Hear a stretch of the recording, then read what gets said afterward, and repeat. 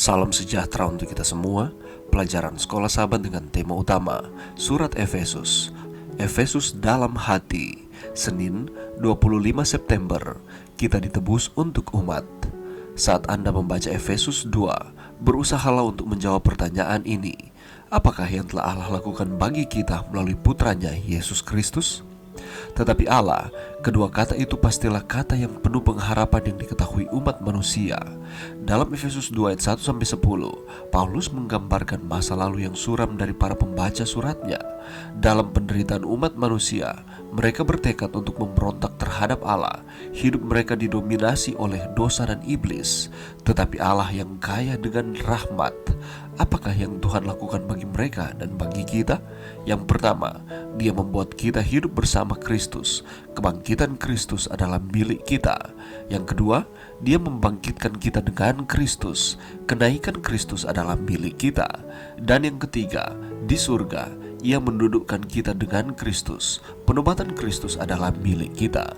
Kita bukan pengamat dari peristiwa pergeseran alam semesta dalam kehidupan Kristus. Allah mengambil tindakan yang luar biasa ini bukan karena jasa apapun di dalam kita, tetapi karena kasih karunia-Nya, dan Dia bermaksud agar orang percaya hidup dalam keakraban dengan Yesus dan melakukan perbuatan baik. Jika Efesus 2 ayat 1-10 mengajarkan bahwa kita hidup dalam keakraban dengan Yesus, Efesus 2 ayat 11-22 mengajarkan bahwa kita hidup dalam keakraban dengan orang lain sebagai bagian dari jemaatnya.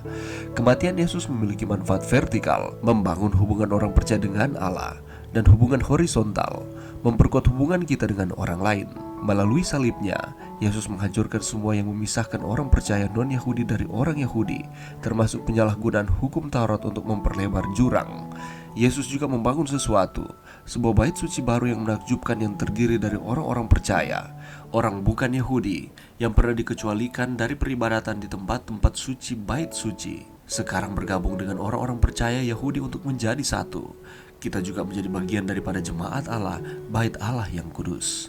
Melalui kasih karunia Allah, Anda memiliki hak istimewa untuk kehidupan hari ini dalam keakraban dengan Yesus dan sesama orang percaya. Efesus 2 ayat 8-10 telah memainkan sebuah peran dalam pertobatan banyak orang. Martin Luther menemukan dalam ayat-ayat ini sebuah kasih karunia yang memenangkan hatinya, dan dia juga menemukan beberapa penegasan utama dari reformasi. Keselamatan datang hanya melalui iman, melalui kasih karunia saja, oleh Kristus saja, dan untuk kemuliaan Allah saja. Pada tahun 1738, 18 hari setelah mengalami pertobatan di Aldersgate Street, London, John Wesley berkhotbah di Universitas Oxford, memberikan seruan dari hati dan pernyataan gerakan baru. Dari mana dia mengambil ayatnya?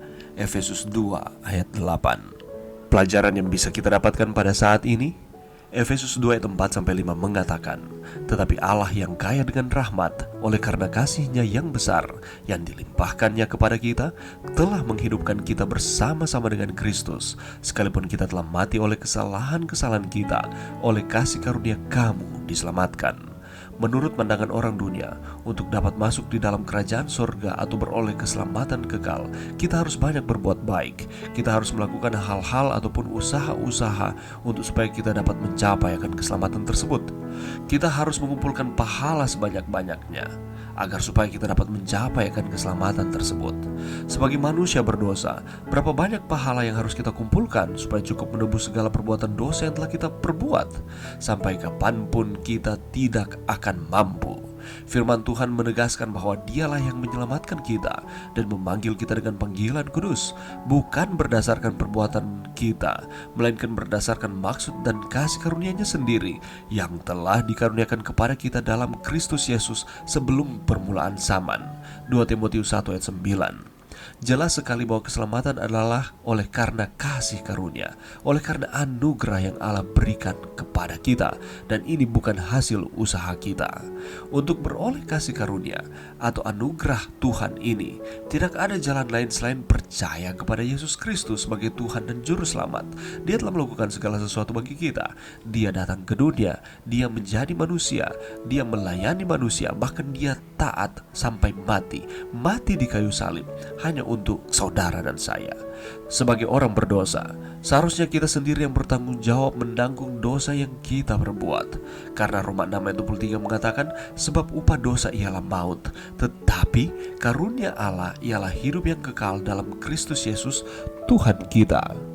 Jadi orang berdosa hanya dituntut beriman kepada Yesus agar anugerah keselamatan itu berlaku atasnya.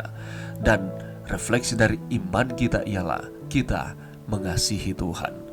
Kita menuruti apa yang diperintahkan Tuhan. Apabila kita dahulu kala melakukan akan kesalahan, kita berbesar hati datang kepada Tuhan meminta ampun dan mengizinkan Tuhan mengampuni kita. Tetapi itu bukanlah usaha kita untuk mencapai keselamatan. Keselamatan telah diberikan kepada kita oleh karena kasih karunia Tuhan. Dan bukti dari keselamatan yang telah diberikan kepada kita, kita beriman kepada Tuhan. Kita mengasihi Tuhan di dalam setiap kehidupan kita. Jadi orang berdosa hanya dituntut beriman kepada Yesus agar anugerah keselamatan itu berlaku atasnya. Roma 10 ayat 9 mengatakan, sebab jika kamu mengaku dengan mulutmu bahwa Yesus adalah Tuhan dan percaya dalam hatimu bahwa Allah telah membangkitkan Dia dari antara orang mati, maka kamu akan diselamatkan. Kita yang sudah diselamatkan memiliki tugas dan kewajiban melakukan perbuatan baik.